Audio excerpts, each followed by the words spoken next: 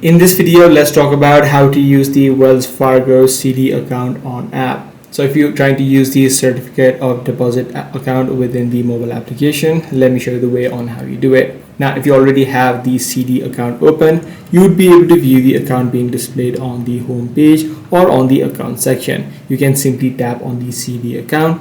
And once you do tap on it, you should be able to see a similar interface where you'll be able to view your real-time balance. You can track your interest and you can also set up the maturity alerts. So what you can simply do within this section is you can find the option of the setup alerts where you can simply select your CD account and you can toggle on the maturity alerts and select whether you want to get a push notification, a text message, or a email. You also do have the option of opening or funding a CD account within the app as well. So these are the few benefits of the way that you use the Wells Fargo CD account on the app. I do hope this guide video was helpful to you. If it was, be sure to subscribe. I'm going to see you in the next video.